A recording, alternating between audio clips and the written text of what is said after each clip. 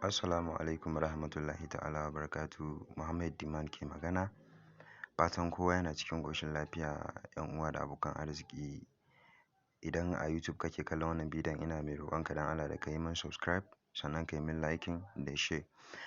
Ba tare da ɓata lokaci ba, kamar yadda aka a title na wannan bidiyo, a yau insha Allahu zan nuna muku yadda za ka yi claiming wasu 'yan daloli ma'ana USDT a wayanka ba tare da ɓata lokaci ba.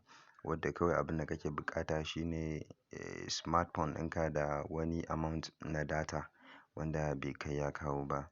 So idan kana so ka samu wannan kyauta na $1 zuwa har adadin yadda kaga kai za ka iya, saboda aiki ne za ka iya referral ka samu.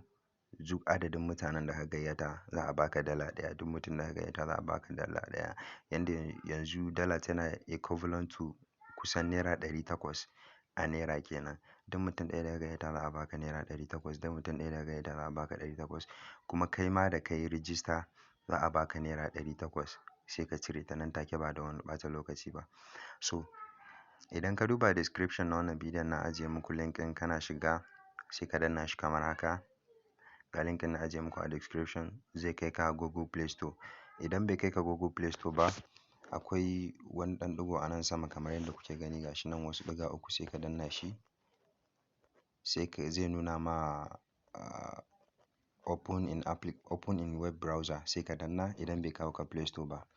Idan ka danna wannan ɗigo ukun zai nuna ma wani guri open in web browser sai ka danna. So idan ka danna zai kai ka Play Store, sai ka danna install application. Idan ka danna install zai kaɗan jira kafin ya buɗe. So alhamdulillah gashi na ɗauko application ya zo, sai ka danna akan open.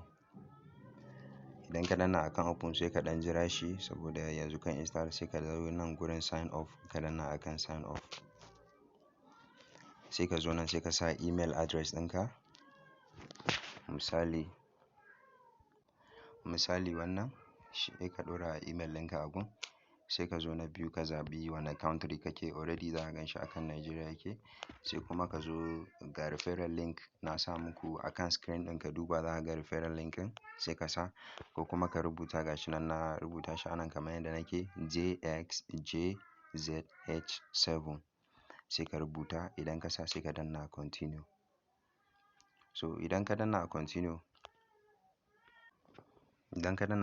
zai kawo ka nan akwai buƙatan da kai sign off. Ba ka gama sign off ba, za ka yi sign off, za su tura ma OTP Gmail ɗinka domin ka yi verifying email ɗinka. Za su baka ka gani 0.25 USDT. Sannan za ka yi KYC da BBN ɗinka, shi ma za su baka 0.25 USDT. Sannan za ka yi making deposit na minimum 1000. Idan ka sa wannan 1000 za ka iya cire 1800 a take idan ka sa wannan 1000. So sai ka danna a nan complete sign off, sai ka samu password mai ƙarfi ka sa. Kamar sunanka Abdul ne sai ka sa Abdul. Bari in buɗe muku shi yanda za ka gani. Sai ka sa Abdul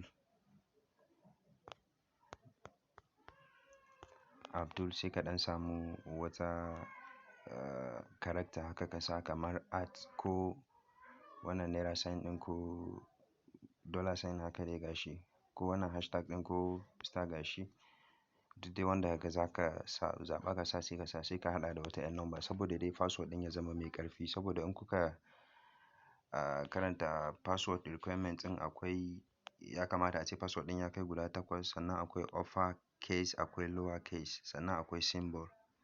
So sannan kuma akwai numeric digit.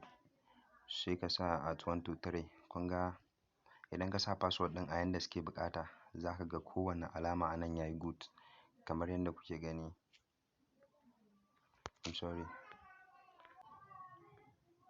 Kamar yadda kuke gani gashi nan kowace alama ta yi good. Da lower case ɗin da numeric kowanne yayi good. Sai kai confirm ɗin password ɗin. Abdul at 1 to 3. Abdul at 1 to 3. Sai ka danna akan continue, sai ka ɗan jira shi. Yanzu nan sun tura ma OTP zuwa wannan email ɗin da na yi register a kai. So zan jira email ɗin ya shiga sai in verifying email. Email ɗin nan ya shigo, so zan yi clicking akan email ɗin ne kamar haka.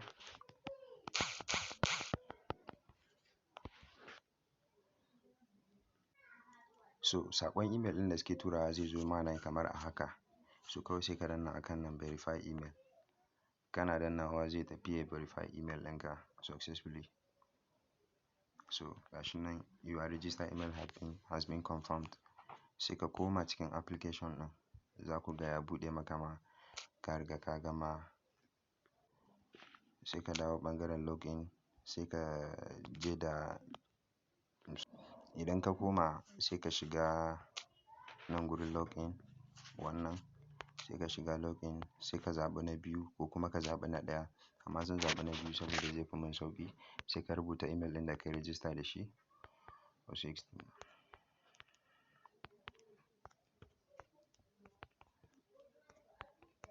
Ka rubuta email ɗin kamar haka. Zai ce ka sa password ɗin. Shi ne password ɗin da na sa Abdul@123. So misali haka. Zan iya allow.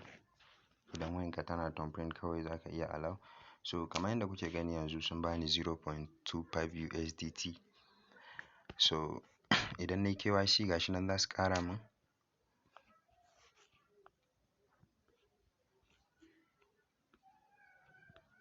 Gashi nan kamar yadda kuke gani yanzu idan nayi KYC za su ƙara mun.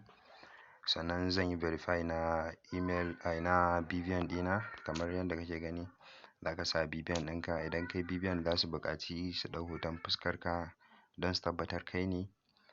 Idan baka san BVN ɗin naka ba za su ba sai ka danna akan nan za su baka number da za ka yi ka samu BVN ɗin naka don ka gama register. Kana gama register bari in shiga main account ɗina sai ku ga yadda komai yake.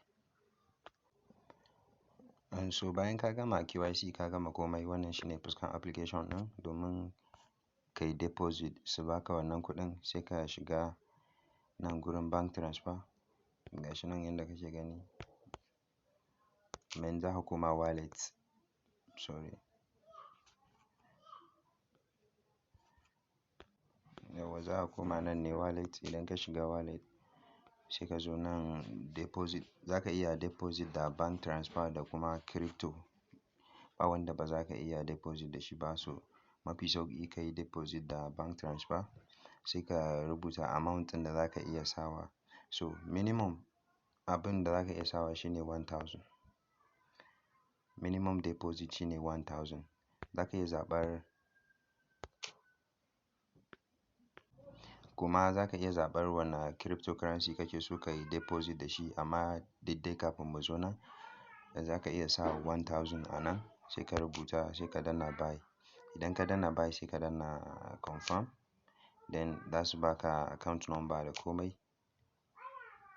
Su gashi nan suna generating unique bank account to transfer. So yanzu sun yi ma generating bank account sai ka yi copy account number.